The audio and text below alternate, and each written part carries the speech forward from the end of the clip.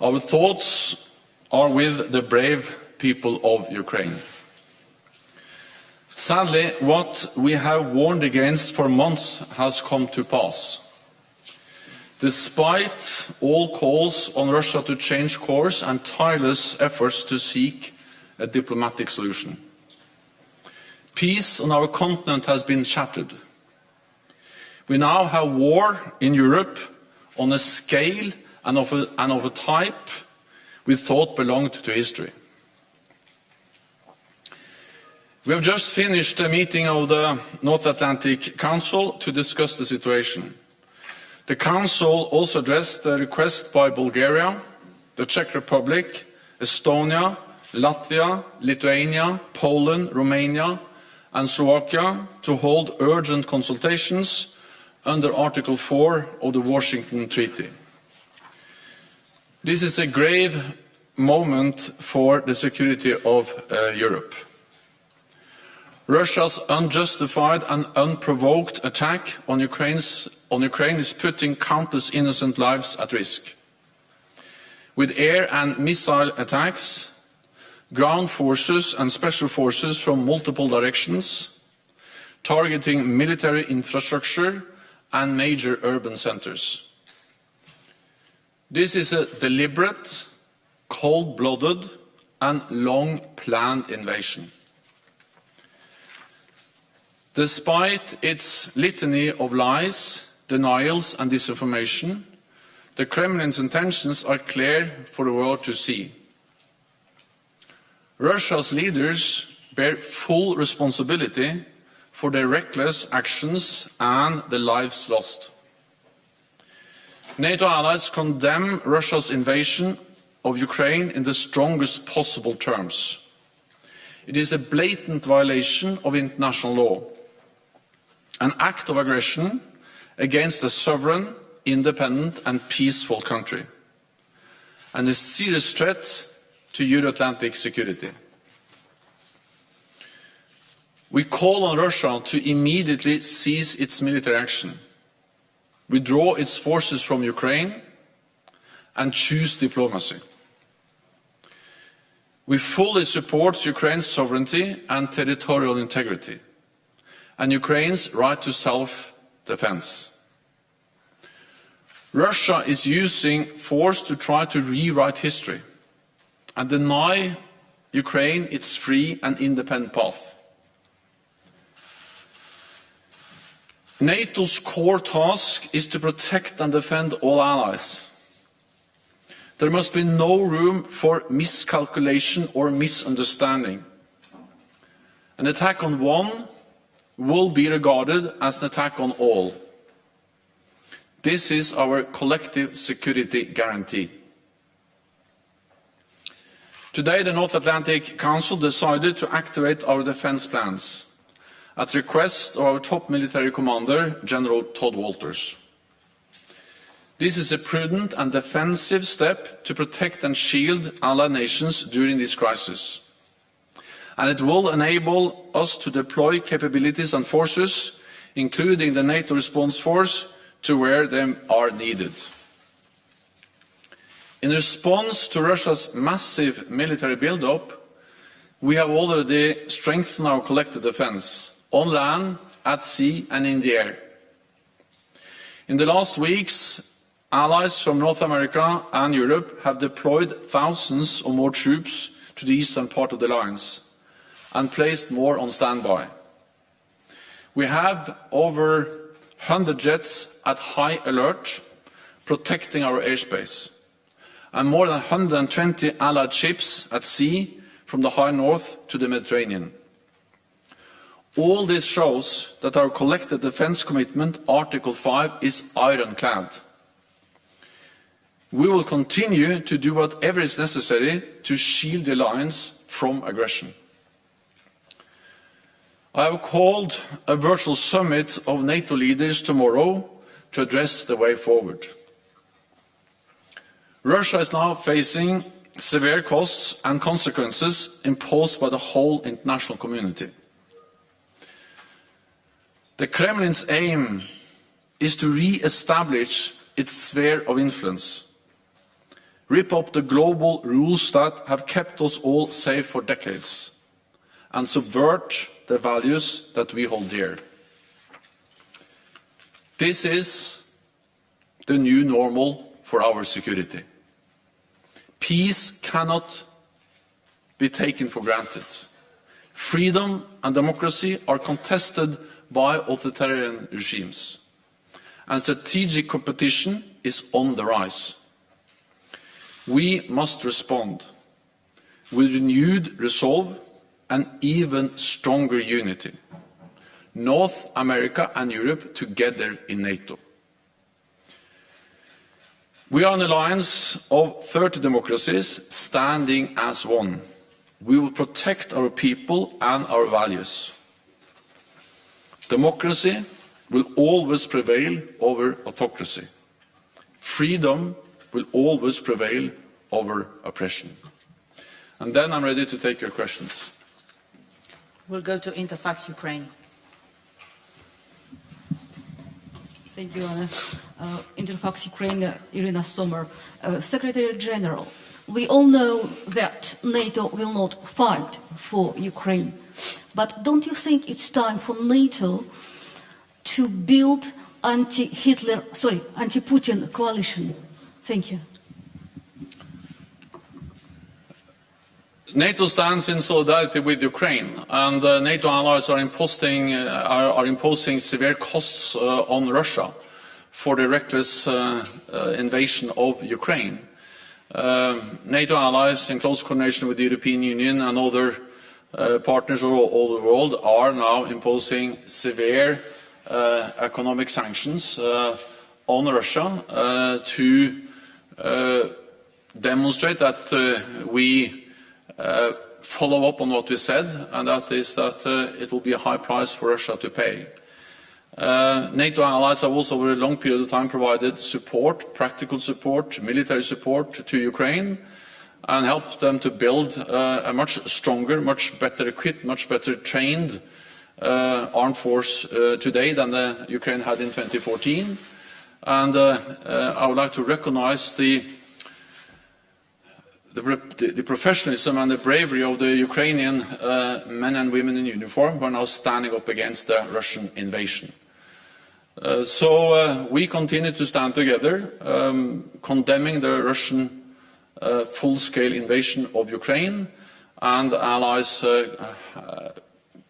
stand together also in sending a message that we will never accept the brutal violation of international law that we see taking place as Russia now invades Ukraine.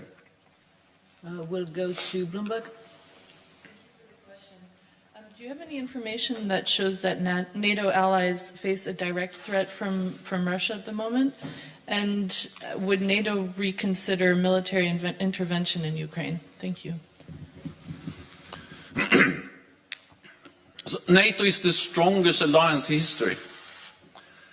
And make no mistake, we will defend and protect every ally against any attack and every inch of NATO territory.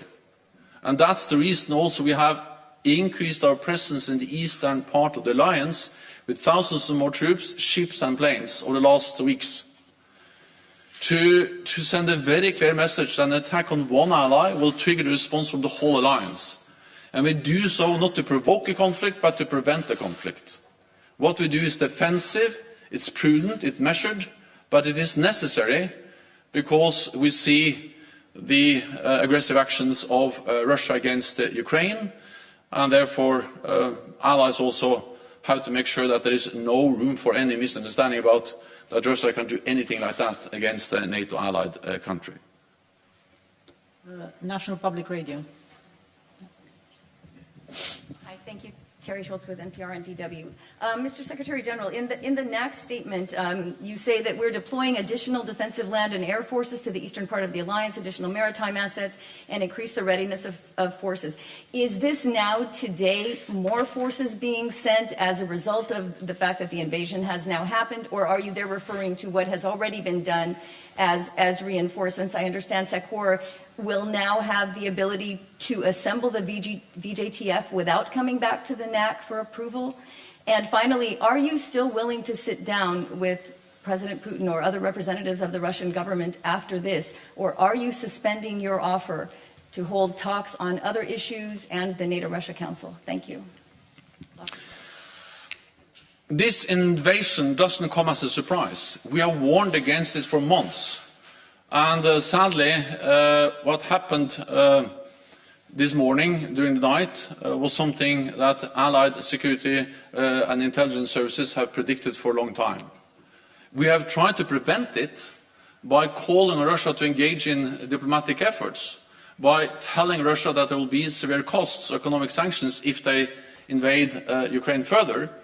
But what happened over the last hours, what has happened over the last hours, demonstrate that Russia, despite our diplomatic efforts and despite our clear message of economic sanctions, decided to once again invade Ukraine. But since we have been warning against this for a long period of time, we have also taken prudent measures to prepare ourselves. And that's the reason why we, over the last months and weeks, have significantly increased the presence of NATO troops in the eastern part of the alliance. More land troops, ground forces, but also air and naval forces. In the coming days and weeks, there will come even more. So we will further increase, and we are increasing, our presence in the eastern part of the alliance. And today we activated NATO's defense plans that gives our military commanders more authority to move forces and to deploy forces when needed. And of course this could also be elements of the NATO response force. So we are ready, we are adjusting our posture, but what we do is defensive, is measured, and we don't see confrontation. We want to prevent the conflict and any attack against any NATO allied country. And for talks? Will you still sit down and talk? Well, we have reached out to Russia for weeks and months, and what we have seen is that the Russian message has been that they actually have never taken these talks seriously, because while we were trying to find a political solution, they were planning for this invasion. And while we were trying to find a political solution, they were actually day by day, week by week, increasing their military presence and readiness on the borders of Ukraine, and now they launched invasion. So Russia has shut the door to a political solution. We regret that, but that's sadly the reality, which has severe and very serious consequences for the people of Ukraine, but also actually impacts the security for all of us. And that's the reason why we step up our presence in the eastern part of the alliance. Frankfurt Allgemeine Zeitung. Thanks a lot for taking the question. Secretary General, actually two questions. The first one, I'd like to hear your reaction to what President Putin said this morning when he announced the military operations. He said that any country that interferes with them would face consequences greater than you have seen in your history, which I take as a veiled threat with a nuclear attack. So please, what is your response to that? He did not specify what interference means. And the second question, very simple, can the NATO-Russia Founding Act be upheld under these circumstances? Thank you.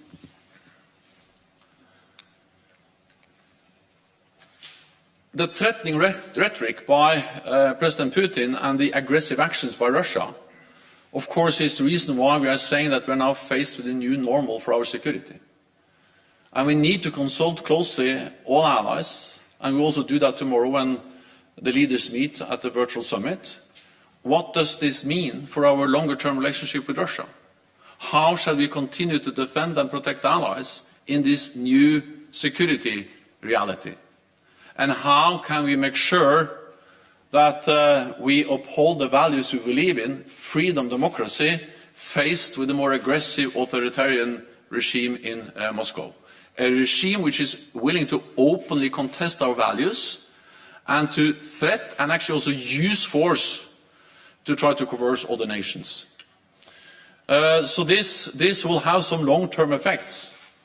on our security, on how we respond, on how NATO is reacting, and also on how our relationship with Russia can evolve. We don't have all the answers today, but there will be a new reality. It will be a new Europe after the invasion we saw today. And therefore I welcome the fact that we are so closely coordinating, so closely working together in NATO. We stood together in warning against the Russian aggression, the plans. We stood together in reaching out to Russia and tried to prevent the attack. And now we need to stand together in responding to the attack. And that's exactly what we are doing. That was the first question. The second question? Well, that's part of this new reality we have to look into. And there will be a different reality, and we need to respond. But this is not the day to draw the conclusions. But we will have an important discussion among leaders tomorrow. And okay.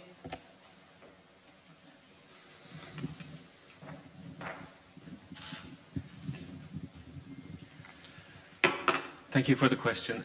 Mr. Secretary General, today Ukraine has called on Turkey to close the Bosphorus and the Dardanelles Straits for Russian vessels. Is that an action that was discussed in this morning's meeting, and are there other similar actions that have been discussed today? That was not discussed in the meeting today. Turkey is, of course, a NATO ally. Turkey has a special role when it comes to the Bosporus Straits, but this was not an issue in the meeting this morning. What we discussed this morning was the need to activate the defense plans. We made a decision to activate those plans, which enable us to move forces more quickly to where they are needed, and also to agree a statement where we express a very strong condemnation of the Russian invasion of Ukraine, and also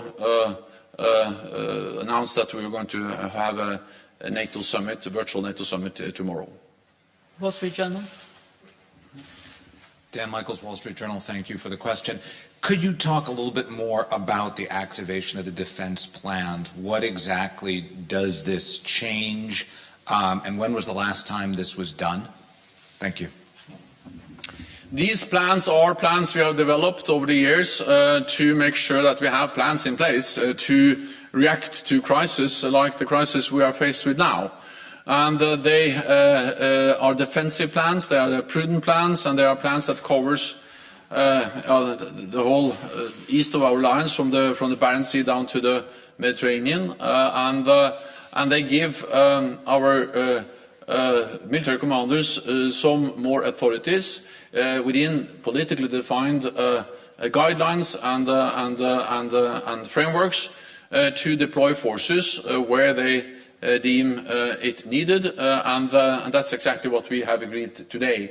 So these again are defensive plans, ensuring that we have forces at the sufficient readiness at the right place throughout Europe. Associated Press. Have they ever been activated before? So I don't know whether it's right for me to answer that question, because I don't know whether it has been made public before, so I only said that we activated them today. Associated Press.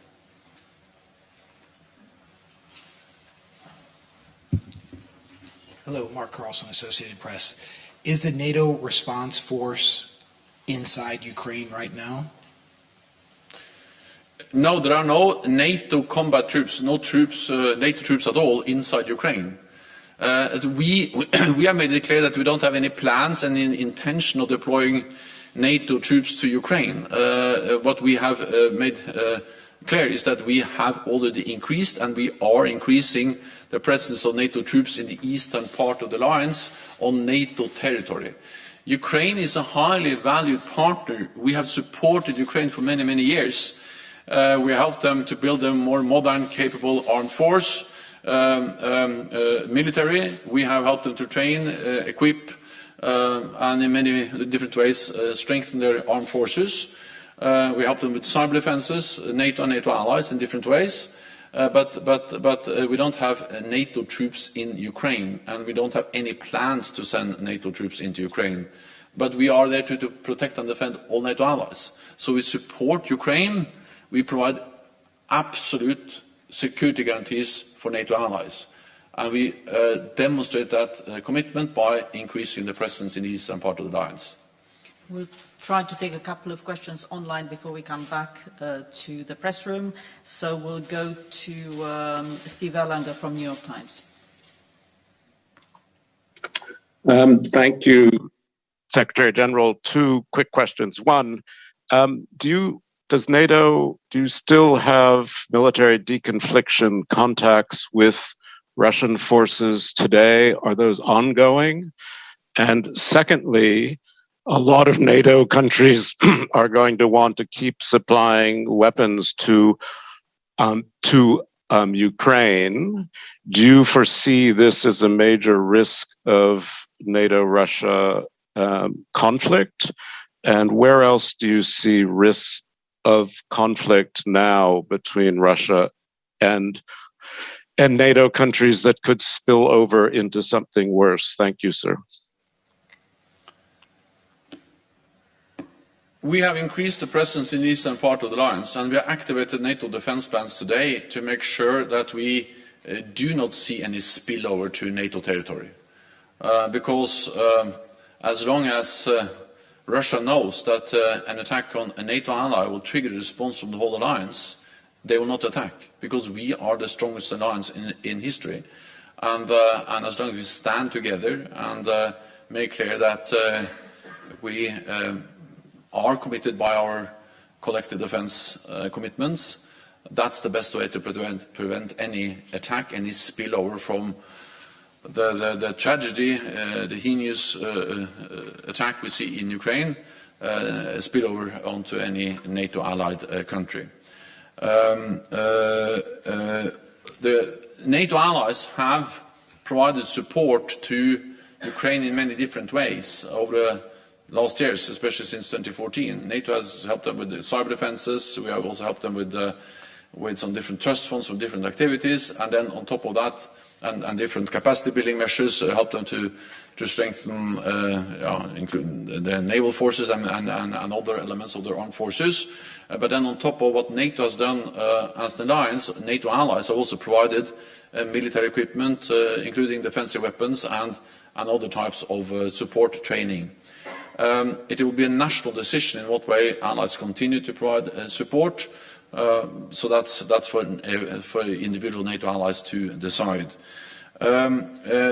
Deconfliction is extremely important for us. There has been contacts between our military commanders and Russia. We will continue to reach out to them to make sure that we do everything we can to ensure deconfliction. We'll next go to Helsinki Sanomat, Teija Sutinen. Yes, this is Teija Sutinen from the newspaper Helsingin Sanomat.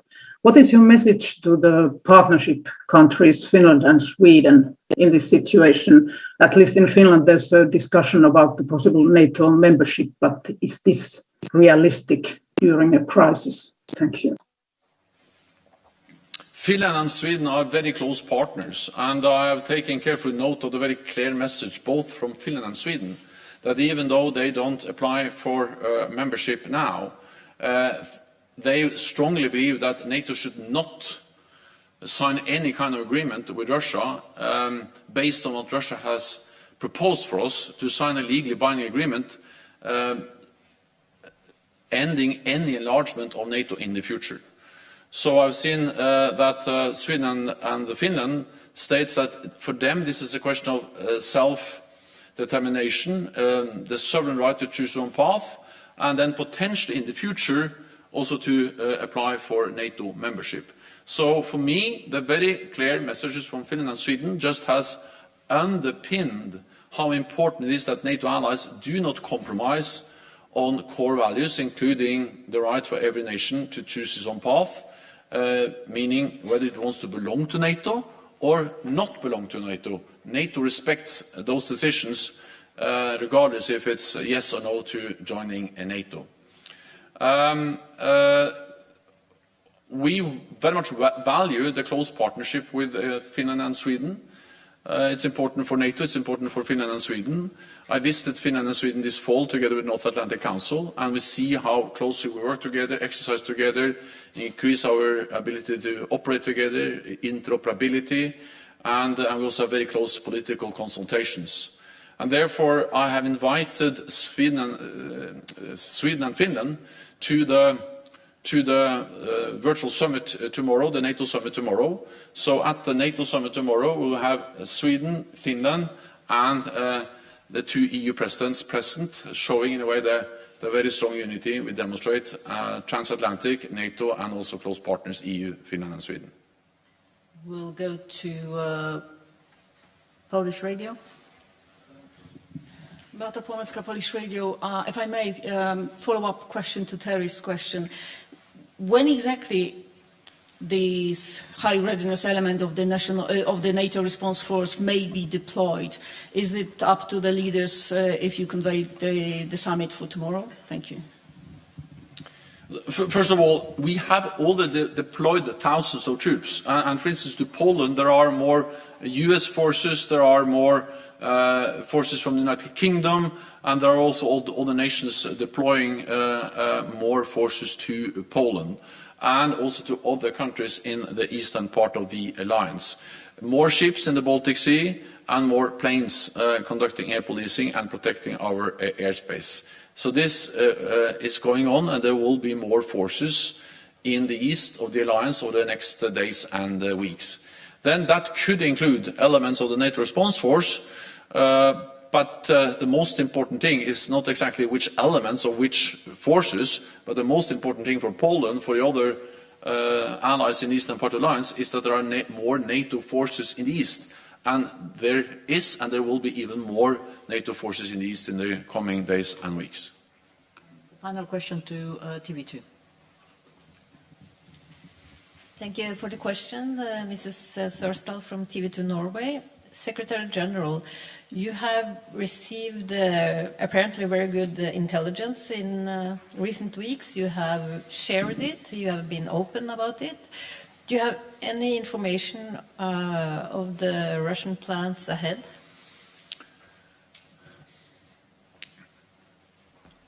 So our intelligence has been very precise because it has predicted over now several months the military build-up, but also the intentions, the plans of Russia to attack Ukraine.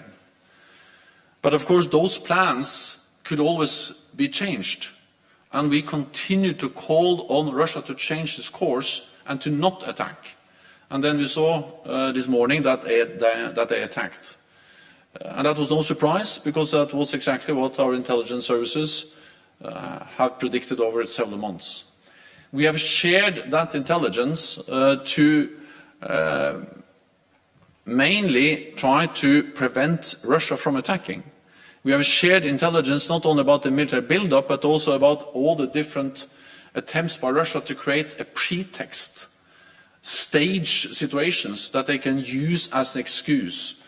These absolutely false claims of genocide against Russians, or the alleged sabotage actions inside Russia and so on. It is false. It is staged. But we exposed those attempts because we hoped that that could reduce the risk of a military invasion. We have seen that they have stick to their plans. They have done as they actually planned for a long time ago.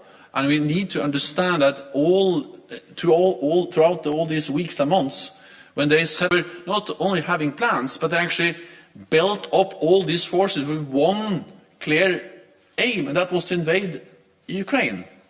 And despite that, they were telling us and the world and the public that we have no plans to invade Ukraine. Yes, they had plans, and now we have seen that actually they were serious about invading Ukraine all the time, never serious about really engaging in diplomatic efforts.